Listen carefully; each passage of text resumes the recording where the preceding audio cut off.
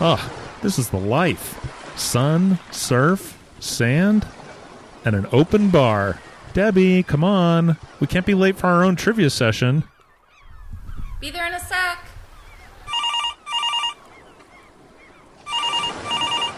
Hello, B-Rad speaking. Brad? What the hell? I'm supposed to be doing this with Debbie Foreman, not you. Hey, just go with it, Spearsy. I'm living the dream here. I mean, who cares if it's your dream? Although I do question your wardrobe choices. A mankini? Really? Seriously, Brad, you screw this up for me. I'm publishing that senior picture of you with your bassoon. You wouldn't dare. I would so dare. Just try me. Now pinch yourself, wake up, and fly yourself back to your wingman spot.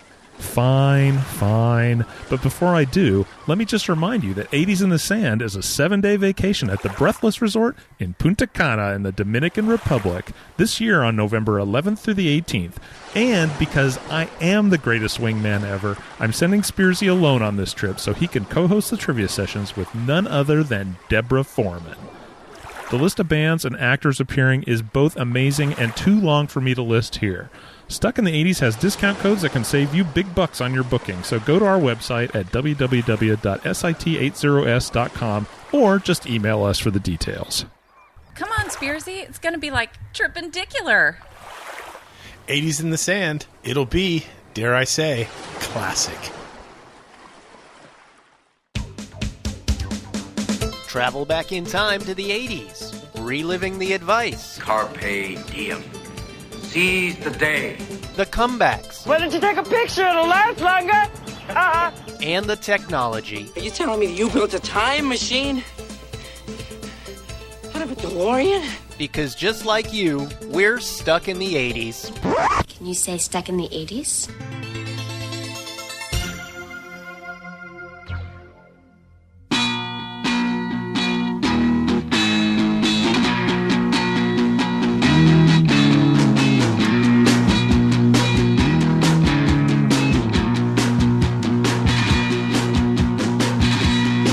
Hey, welcome to Stuck in the 80s. It's your pals, it's your buddies, Steve Spears. And B-Rad. And today we revisit a pair of, dare I say, underrated movies from the summer of 1982. You figured that all out just by yourself? I have that kind of mind, yeah. Yes, you do, Bill. Yes, you do. As always, we are happy to proclaim that Stuck in the 80s is a member of the CLNS Podcast Network.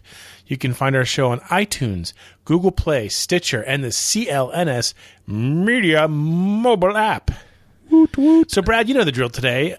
As we like to do, we like to go back in time every single episode. And It's this what time we we're going do. back. I know, it's what we do. That's why we're here.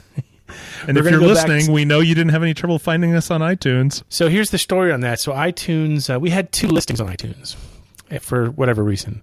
I don't want to put the blame on anybody, but it'd be not the person talking right now. And It's obviously Steve Jobs that screwed us. yeah. Too many turtlenecks. So Apple deleted one of the duplicate entries, and as a result, we may have lost some of our regular viewers. So viewers, listeners, you know what I mean. If you're listening to us on another way, like you're listening to us off our Facebook page or something like that, and you're kind of wondering what's up with your iTunes, just go back to iTunes, search for us. You'll see the one true Stuck in the 80s. The one true light. Yeah. Resubscribe there, and all will be forgiven. Mainlining nostalgia Yeah. every Sunday. Speaking of nostalgia, so the idea here is we're going to go back to the summer of 1982 when Pop Quiz, how old would we have been that summer, Brad? Ooh, that's 15, isn't it? Yeah, 15. Yeah, nice. Perfect. That's a perfect good. age. That's good. So- Well, as I've long said, 15 is the golden age of everything. Yeah, it is. And I think in a lot of ways 1982 was a golden age for 80s movies because you still had there's a wackiness quality to them. I think 2 of the movies that we picked this week represent that pretty well. There was always the way they had to work in some obligatory topless women. Yep. If it fit the plot, great. If it didn't, we're going to find a way to get it in there. That's fine. So we'll each represent one. These were both released in the summer of 82. And then we'll have some delicious seggies. And we'll give you the answers to the trivia quiz that we gave you a couple weeks ago. That sound good? It's going to be glorious, Steve. So I have to ask you, Steve, what is your movie this week? Oh, this movie is very special to me, and I don't know why. I give you The Beastmaster. Who are you? I'm Dar. I'm no threat to you. Who sent you? I wasn't sent. My village, Emer, was destroyed by the Jun Horde. I've sworn revenge. And I'm following. You? Alone?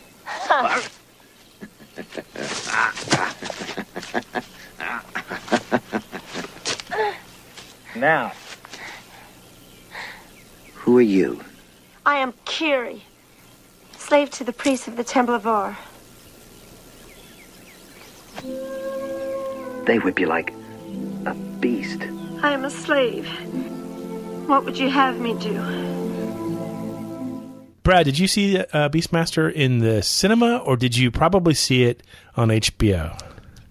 Steve, I'm kind of glad that I'm a continent away from you. I have never seen this movie. What? Okay, you can see it today. It's on YouTube. The entire movie is available on YouTube. You can also rent it on iTunes. We don't see a dime from that. I'll have to check it out. We don't see a dime if you watch it on YouTube either. So, same. Long story short, I didn't realize it was on YouTube till last night, and I was watching it for the first time in probably 30 years.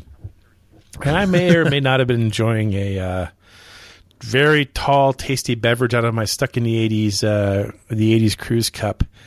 The green one, not the purple one. Green right? one, yeah, just for this. And I was, I got very loose with my texts with Brad and Just Drew and Jen with one N, and said a bunch of things that I wish I could kill out of my iPhone. But that's the effect. It was pretty glorious. It was pretty glorious. It was nonsensical ranting at its best, and but we've been all data points were acquired. We've all been sworn to secrecy. No new nicknames will be created from this particular episode of the podcast. But no, and believe you me, the back channel was burning up as fast as the front channel. Oh, was it? You guys are messaging each other too? Drew and I were just like wondering whether we needed to call medical help at any time. But that's what Beastmaster does to me. I was so happy to see it again. Back in the early 80s, Beastmaster was on Beastman. That's something. That was another set of ugly texts that I sent early this morning. Beastmaster was on HBO so much that people used to joke that HBO standing for "Hey, Beastmaster's on." But it's your typical sword and sorcery film that seemed just so common back then. It's actually pretty easy to see some parallels in the plot with Conan the Barbarian. Nice. Beastmaster starred Mark Singer, the great Mark Singer, who practically owned the 80s. Did you ever see his other movie, If You Can See What I Hear? No. Oh, my God. I guess I'm more of a Mark Singer completist than you are. I hate fun. Tanya Roberts is in it. John Amos, who you mostly know as Admiral Fitzsimmons from West Wing, and the great Rip Torn is in it. But the whole idea is that... That's a good cast. It is a good cast. A very good cast for the early 80s. Mark Singer plays the unborn son of a king who, as the prophecy goes, will kill the villainous priest Max, played by Rip Torn. So Max and his crony witches magically steal the fetus and transfer him into a cow womb so they can kill him before he's born. Of course, the plan is thwarted. Otherwise, Beastmaster would be a 15-minute movie. He's adopted by a commoner, grows up. His village is killed by the villainous Jun tribe. And just like Conan the Barbarian, he sets out to seek his revenge. Does he have to push a big wheel? He does not. He does not make any wheat. But I guess as a side effect of him being born from a cow's womb, I'm guessing, he has the ability to telepathically communicate with animals. So along with him travel... I'm sure the continuity people were working on that. No, it's good. There's so many villains in this movie. You don't know where to start. But what's important is that he and his ferrets, Kodo and Podo, a black tiger named Rue, and an eagle named Sharak, go about their business of blood revenge. Excellent. It's a fun movie. It is everything you want an early 80s sorcery movie to be. It has everything in it. It has the obligatory topless scene, 10 minutes of boobies. It's got ripped torn. Talking snake? No talking snake. But the ferrets are great. I'm telling you, everyone who watched this movie back in the 80s wanted to have pet ferrets afterwards. I'm sure there was a pet ferret boom after this movie. I think it's illegal to keep ferrets as pets in California. Why is that? I don't know. It used to be. I don't know if it still is, but I know it used to be because I had a friend who had illegal pet ferrets. Illegal ferrets. Now, there's a band name for you. How am I supposed to know, dude? But it's illegal. It's illegal. So anyway, Beastmaster was based on a 1959 novel of the same name, but pretty much everything it's based on a book? Yeah, from the 50s. But everything about it was changed. That's awesome. The book had the hero as a Navajo fighter set in a futuristic sci-fi setting. So oh, wow. They changed so much of it that the author pretty much said, I don't even want to be given credit for this. Just a check. The director was this guy named Donald Coscarelli. Coscarelli. Yeah, I'm going to go with that. He's probably better known to people for his Phantasm films. Oh, okay. And during Beastmaster, he was probably best known for being a pain in the ass to the producers. He wanted Demi Moore to play the slave girl. That didn't happen. He wanted Klaus Kinski to be the villain. That didn't happen. Ooh, so nice. But Beastmaster, not really beloved by critics, not really beloved at the box office. It became more of a cult hit, like I said, when it started appearing on HBO. It was successful enough, though. It actually spawned a few sequels, and it spawned a TV series. Did it really? Oh, well, we should talk about that sometime on our other series. So, speaking of ferrets, it took 25 ferrets playing the parts of Kodo and Podo. So that's a lot of rodents on the set. And ferrets are not exactly the cleanest animals. So I'm sure that was a very nice smelling set. Yeah. But I was watching it last night. I was having a cocktail or two. I was texting Brad and Jen and Drew. You were soaking in it.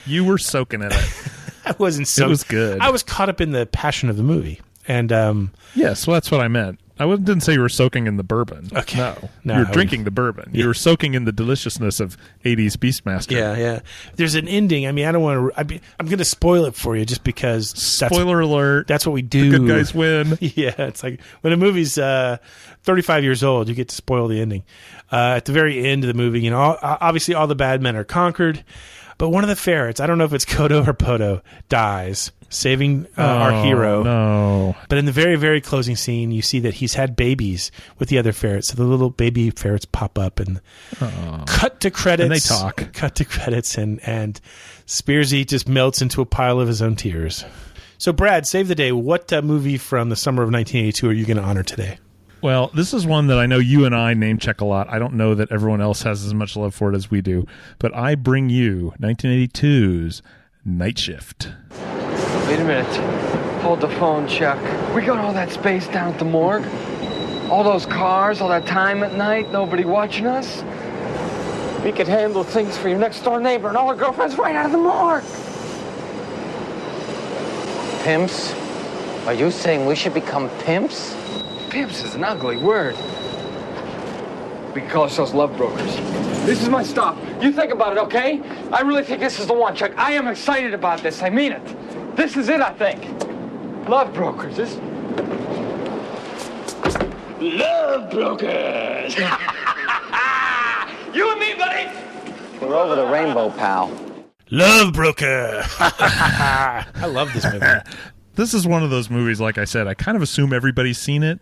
It's a nice little fish out of water bouillabaisse. It's, got Somehow I Became a Pimp in there, mixed up with My Hot Neighbor's a Prostitute, salt it with a little zany coworker, throw in an uptight fiancé and put it in the grittiest 1980s New York City, and we got a winner. This is going all the way. Theme song from Quarter Flash, too. Oh, that's right. Yeah, the soundtrack is somewhat forgettable, but that's not a bad song. I remember that 35 years later. And I remember it ends with That's What Friends Are For. Yeah. Rod Stewart singing it. Nothing. I got no problem with that. Burt Bacharach did the music for this, so of course he's going to throw one of his own songs in there, so he gets the sweet dollars. So this opened July 30th, 1982, as we discussed. Generally good reviews, and it did okay. It did like $20 million at the box office, which is pretty good for an R-rated movie in those days. Directed by Ron Howard. It's the second movie he directed. Do you remember the first? God, I always thought Splash was his first. No, Splash is like a year or two later than this. Wow. He directed Grand Theft Auto in 1977, which was executive produced by Roger Corman. That's bizarre. Actually, he starred in Grand Theft Auto as well. So I'm like, I don't know if he's just trying to play against type there. Like, I'm not just Richie Cunningham, man. Yeah. So that's kind of cool, some of his early work. As far as the stars, you got some old, you got some new. You got Henry Winkler playing Everyman Chuck Lumley. Oh, come on, we have to be pimps. Let's be pimps. Well, we couldn't be doctors. He was 37 years old at this point, and he still was playing the Fonz. Yeah, that's right, because Happy Days goes on for like another year or two after this. Yeah, he would for 2 more years. It's shocking. New cast, you got Shelley Long as Belinda Keaton, his prostitute neighbor, with the aforementioned Heart of Gold. She would debut on Cheers that fall. God, Cheers started that early? Yeah. Oh, man. Do you remember her big screen debut? Yeah, it's one of my favorites. It's Caveman. It's your favorite movie. I love that Bonus movie. points if you actually remember her caveman name. Oh, it's not Lana. It's not Atuk. It's not Lar. It's... Oh, crap. I don't remember. That's okay. Don't worry about it. Do you buy Shelley Long as a prostitute? I mean, I don't mean like literally. I mean like, do you... Like yes, today? because I would. Is there a Groupon? Because I think I would, but I'm just saying, she seems a little unbelievable in the role. Although she's pretty hot in the movie. I'm not trying to be like sexist or anything. Yeah, but she's pretty hot.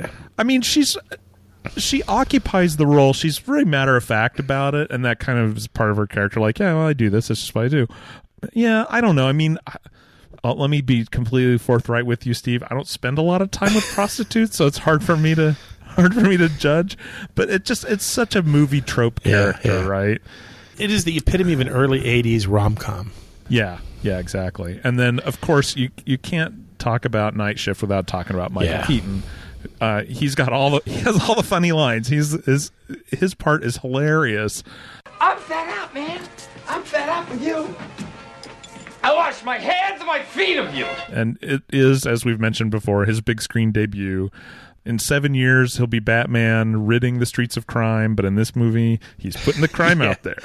He's so many good lines. I mean, the whole him walking around, always singing "Jumping Jack Flash." His little notes, note to Starkist, feed tuna to mayonnaise. Feed mayonnaise. Oh my God! Call Starfish. Yeah, hold the phone. Hold the phone. Good. So good. He's funny, and it drives and the two of them, Chuck. God, Henry Winkler, and he play off each other so well. Henry Winkler is so deadpan to Michael Keaton's just zany. It's like every excitable person all like rolled up together and then like put on speed and turned to 11 and like wound up and kicked out into the world, just going 100 miles an hour all the time. Yeah, which is fun. It's fun. It makes the movie work. It'd be an interesting costume to try to go as the Michael Keaton character from this movie, but I don't know if anybody would get it. Yeah, the jacket would be it's pretty iconic, and the jacket, he's got something that's got like an embroidered tiger or something on it, so it would, that part might be a little... It's really hard. It's not even worth. And I don't think anybody would get it. Plus, you'd have to have the hair, right?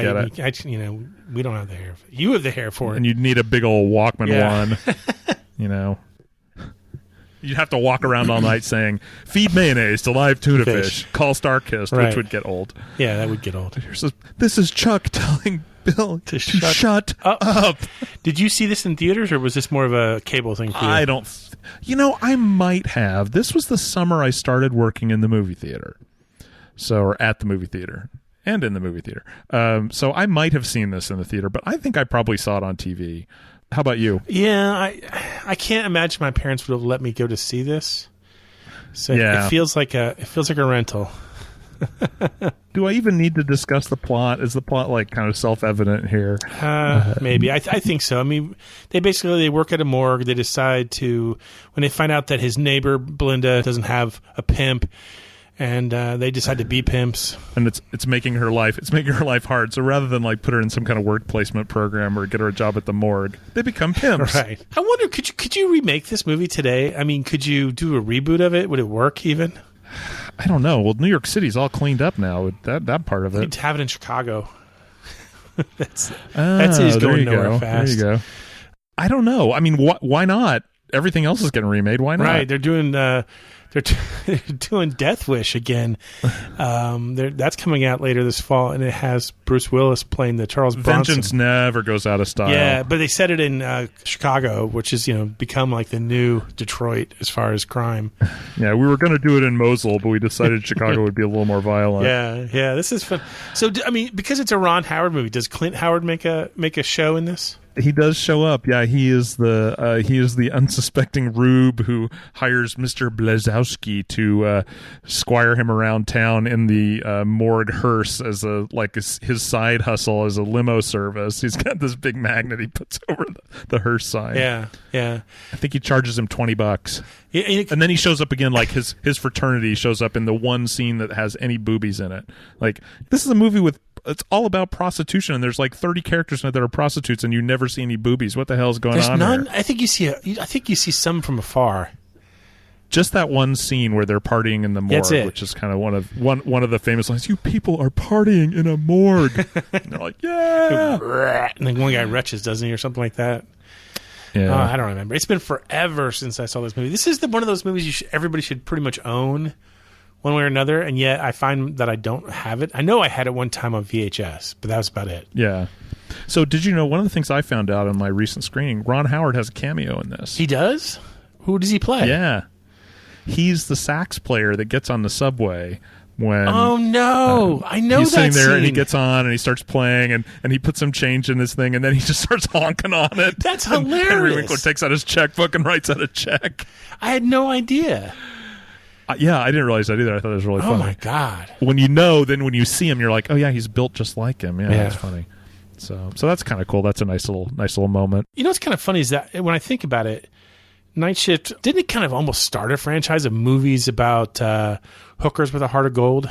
Yeah, I was kind of thinking about that too, and also Accidental Pimps, like Risky Business was the next year. Dr. Detroit is basically the same plot.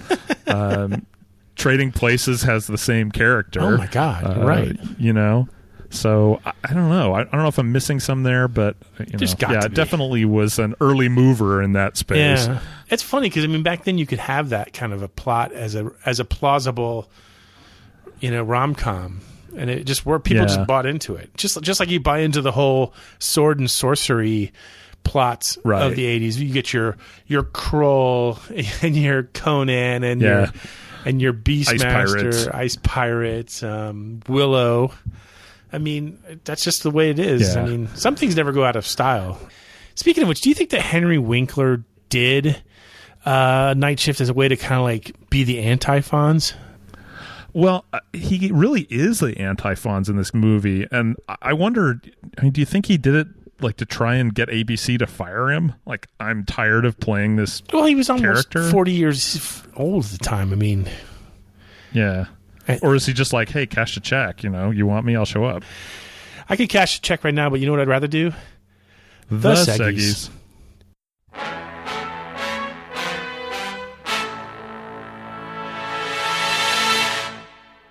The mystical refrain that is listener email inbox water bucket waterboarding time. What, did you really write all these things down? Time of fun. Yeah, I just want to see if you're paying attention. Are these things that I texted you last night? Because it sounds like it might have been. No. This is all my own work. Okay. Yes, it is. It could be. I woke up this morning, I checked my text, and I was like, ooh, delete. Oh, no. This is just me texted being everybody crazy. an apology. We're transitioning the name, so I just put all the words in there. It's all there. So this week we get an email from Ed Nelson. You might remember the husband of Vavavoom, Julie Nelson. And he wrote in because he has a lifelong appreciation, he says, of the movie Heavy Metal. So, Brad, take it away. Here we go. Ed writes, I was stoked to hear you talk. And this is how you know he's legit, because he says stoked. With no irony involved. No quotes, he was stoked. no nothing. We're stoked to hear from him. Yeah. We get back to his letter. I was stoked to hear you talk about Heavy Metal, the movie, as a midnight movie. I have 2 stories. It's a twofer, Steve. Nice. First story. In the small town I grew up in, a kid needed a note from the parents to see an R-rated movie at the one-screen theater if you were under 18. I was 14. I tricked my mom into writing me a note by telling her it was a cartoon with some cuss words, which is why it was R-rated. Yeah, I lied to my mom to see cartoon boobs. Don't judge me.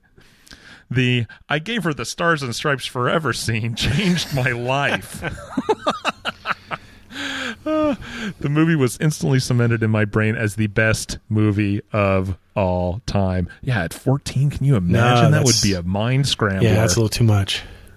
That would change your life, all right. Anyway, his second story is, flash forward 6 years. I just turned 21, and my then-girlfriend Vava Voom Julie and I, along with 2 other couples, went to the next town over to see a midnight showing of Heavy Metal. I was 2 or 3 years older than everyone else in our group that night, and I wanted to show how cool I was by buying a bottle of 100 proof peppermint schnapps. Oh, no.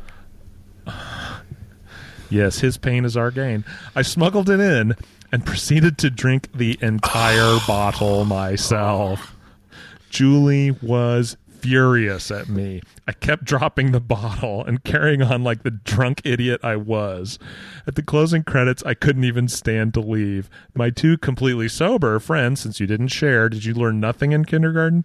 My 2 completely sober friends literally carried me to the bathroom and stood me at a urinal, then carried me to the car. Julie went home with the girls. The boys took my drunk butt home. I haven't drank any schnapps since, but I still love the movie and will watch it every chance I get. Have a great weekend, guys. Ed Nelson. Wow. So good. Yeah, that's funny. Peppermint schnapps. We've all been there, except maybe without the peppermint schnapps. No, I've had my experience with the 100 proof peppermint schnapps. It never ends well. Like Ed, I have not had any since then. That's just painful. As always, we love your stories. Send them to us at podcast@sit80s.com.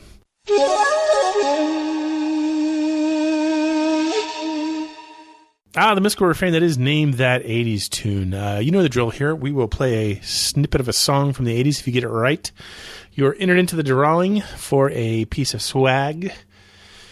Oh, what is this swag? Is it still the keychains? Not keychains. It's the bottle opener. The bottle openers. Okay. Bottle openers. Excellent. Yep. Excellent. Pay attention. Here was the clip from the last time we did the seggy. That's High on You by Survivor.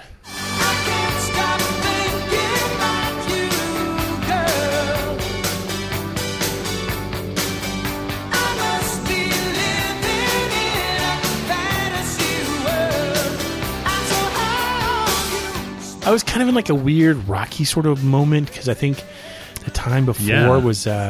You're just building a bridge to your Rocky heart. Yeah. I was just in a weird mood, and I said, let's pick Survivor. Now I see the list of people who got it right, and I kind of feel bad for you. Yeah, I kind of hate you right now, Spearsy. Go ahead, start reading winners. Okay, well, go get yourself a cocktail. This could take a while. Winners this week include Curtin Dirty Jersey, Cal in Atlanta, Metalhead Ed, OJ in La Coruna, Spain, Andrew in Cincinnati, Jay Swash in Beaver Creek, Don in Tulsa, Russ the Hot Guy, Nick in the Hoosier State, Sweet Lou Grilly, David Sensei in Tokyo, Jesse the Birthday Boy El Gato Grande Smith, Feliz Cumpleaños, Heather Brown, Arnie Boss in Stockholm, Alejandro Stix Cardoso Solis from Tijuana, Mexico, Dave Augie August, Bart in Lyles, Tennessee, Canuck and Cali, Alice Titus, Super Dave Parrott, Charles in Vegas, Christine in Philly, Tim in Toadsuck, Billy in Paducah, Todd in Minnesota, Tim Kelly, Anonymous Dave, Ryan the Pirate King, Brock in North Dakota, Buckeye Girl, Kevin Duck, Joseph Purdue, and Peter Ryan. Hey, have you ever wondered what it's like to read the phone book? I think we've had lists longer than this, haven't we? Yeah, well, I didn't try and do this one in one breath. I just figured I would try and relax and enjoy it. It's a nice cross-section. I actually had some females in there. That's nice. Well, I know. Good going. Doesn't happen too often. Let me tell you guys something. Listeners, let me tell you something. I'm picking the song this week, and it's going to be a little harder. I promise it will be off of an album that was at least in the top 20, but I will not promise that it was a #1 single that was featured in a Sylvester Stallone movie. Hey, I'm sorry. I like what I like. You're not sorry one bit. Pay attention. Here's Brad's mystery clip. If you know it, email us at podcast@sit80s.com. And tune in next week to find out if you're a wiener. What's happening, hot stuff? By the sound of the gong, it must be time for mystery movie moment. The fact that I've gone into voices probably means my cocktail's halfway empty. I look over, and yes, the tide is now below the cruise ship on my glass. That's good. We have 15 minutes to finish this show, or there will be trouble. You know the drill here. Mystery clip. You guess. You enter. You win. Pay attention. Here's the clip from the last time we did the seggy. Hey, what's the matter? Haven't you guys ever seen anybody from the planet Vulcan before? Beep, beep, beep. Yep, that's Mask with the great Eric Stoltz. You betcha. Man, you talk about a movie that you never see anymore. Never see that movie. Yeah, you're right. So, bizarre nonetheless. Anyway, read some winners. Winners. Now, I will say this list is short because if you got both of them, I just put you on the song list. So, don't be mad. Just be happy you're in the spinny drawing. This week's winners include Kevin Crescent Wench, Bonnie in Minnesota, Casey Bell, Silvio in Winter Springs, and Mike Wally Walters, who writes, I knew Rocky Dennis. He was at Sandburg Junior High when I attended La Fetra Elementary. My friend and I saw him and his friends each day for a couple years when we walked home from school. Being that they were older, we were 6 or 7, they were 12 or 13, we would entertain Rocky and his friends by fake fighting, kind of stuntman style, and it would just crack them up. Rocky used to buy us popsicles, a luxury at the junior high level those days, and his smile would always light us up. He was as caring and thoughtful as portrayed in the film. Just a shame he never saw the 80s. Wow, I don't think I ever knew that was really a true story, so there you go. Yeah, that's amazing. What a great memory. Thanks for writing that one in, Mr. Walters, sir. Pay attention. Brad's picking the clip again. Here we go. Hello, pal. From the health department. We have a report that your soup has too much jewelry in it. If you know it, email us at podcast@sit80s.com and tune in next week to find out if you are a winner. And now it's time for a commercial break. We'll be right back. The biggest thrill of a McDonald's is winning. 50 deluxe home computer and video centers, 200 Atari Centipede games, 1,200 Atari home computers, 10,000 Atari home video games, as well as millions of McDonald's food prizes. Purchase some Chicken McNuggets required to redeem food prices. Just scratch the card and match 2 dots without getting zapped. Sometimes you win, sometimes, because every card can be a winner. Taste the thrill of Atari. McDonald's.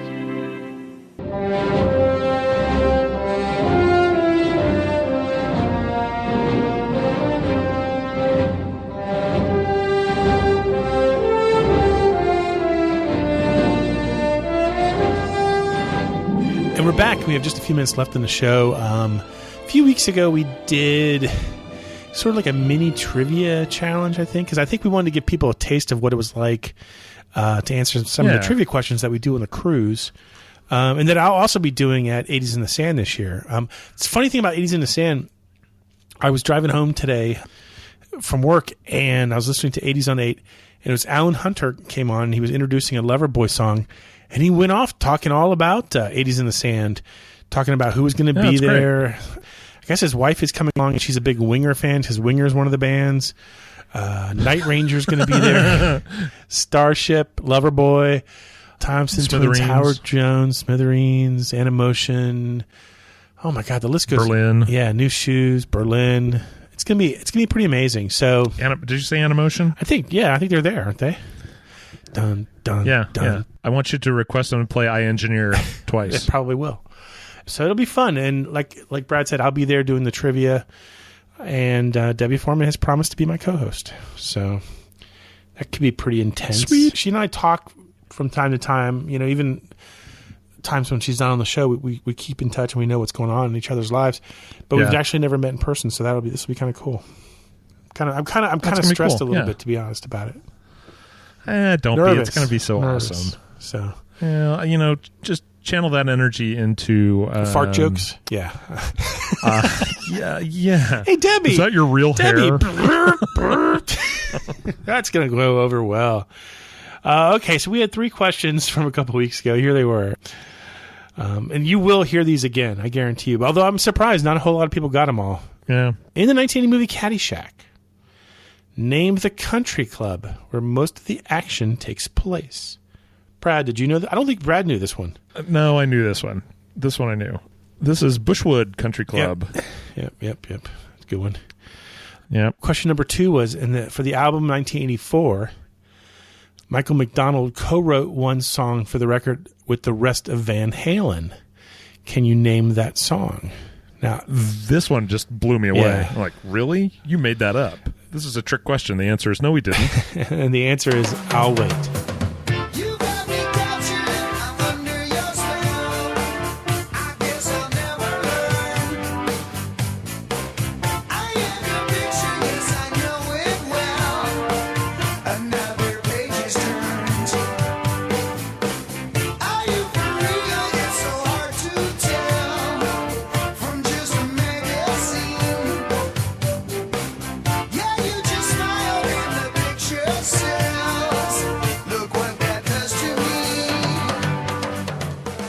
That's pretty amazing. I just had no idea that he had done that. Yeah. I can't hear him in it, but I can't hear his words. But nonetheless, Right. It's a good song. Final question: The Facts of Life was a spin-off show of what other popular '80s series? Now, most people, I think, got this one right. Yeah, it's SWAT, right? Oh wait, no, that was '70s. Different the Rockford Files. Different strokes. So there you go. Did anybody get all 3 correct? Yeah, we did have a pretty good list here. Now, we did have some people who gave us a couple, but these are the people who had all 3. We had Don Leach, Diamond Dave Augie August, Joe Mama, I'm sure that's his real name, Pensacola Jim, Christine and Philly, Ryan the Pirate King, and Lynn from Riverdale, New York, with an assist from her husband, who says, I didn't do a lot of dating in the 80s. That's why I know all this useless information. Yeah, I got news for you. It doesn't help me in dating these days either, so... We'll spin the wheel. We're going to throw in the names of the people who got all 3 correct, along with the winners of the other 2 seggies, and we will pick a name for some swag. You ready? Brad, take it away. Do it. Steve, it took me forever to get all those names onto this wheel. I told you don't have to chisel them in. Just use dry erase board. Oh, that's a great idea. I've been using like the Dyno label. Oh my God! I used to have one of those. Everybody did. Didn't everyone? If you made a typo, you were screwed. You pretty much had to start over. You had to start all over again. It was a metaphor for life. And here we go. It's coming to an end, and it's going to land on Pensacola Jim. You are this week's lucky winner. So send us your snail mail address, and we will send you a bottle opener. Pretty cool. It'll be fun. It will be fun. So Stuck in the 80s goes to Punta Cana for 80s in the Sand. I think that'll be interesting. I think November is a wonderful time of year to get the hell out of the United States and go get some sun. So yeah, seriously, we're less than 100 days out from it now. So if you're still on the fence, now's the time to decide. Don't forget that they also have Anthony Michael Hall, Andrew McCarthy, Diane Franklin, a bunch of actors Curtis Armstrong, Booger will be there. Yeah, Amanda Weiss. So yeah, Amanda Weiss. A lot of actors will be there and doing Q&As with fans and meet and greets and stuff like that. You've got, I want to say close to 20 bands performing. Yeah, it's a big list. It's a big list. There's theme nights every night. There's a costume contest. It is an all-inclusive resort. It's at Breathless. So your food is free. Everything is free. The only thing you pay for, my understanding is, like if you want to go get a massage at the spa, or you want to buy a T-shirt from the resort shop, that's it. If you want to drink 12 El Presidente beers every day before breakfast, go do it, my friends. Yeah, just don't heckle me at trivia. That's all I ask. Cool. So it'll be fun. Anyway, if you have any questions, it's going to be good. That's going to be good. Just email us at podcast@sit80s.com or go to 80sinthesand.com. They also have a Facebook group you can go to as well. It'll be fun. Come have fun with me. Buy me a beer. It won't cost you a cent. Buy me a free beer. In the meantime, check out Beastmaster on YouTube, or try to find a copy of Night Shift out there. Because along with Chuck Lumley and B-Rad, we remain here, hopelessly stuck in the 80s.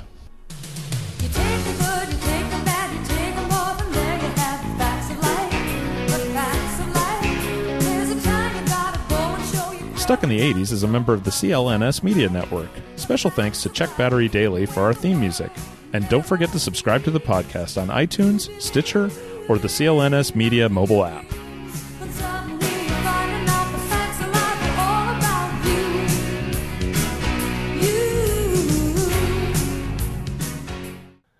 No, well, and our audience would be like, what? Why do we care?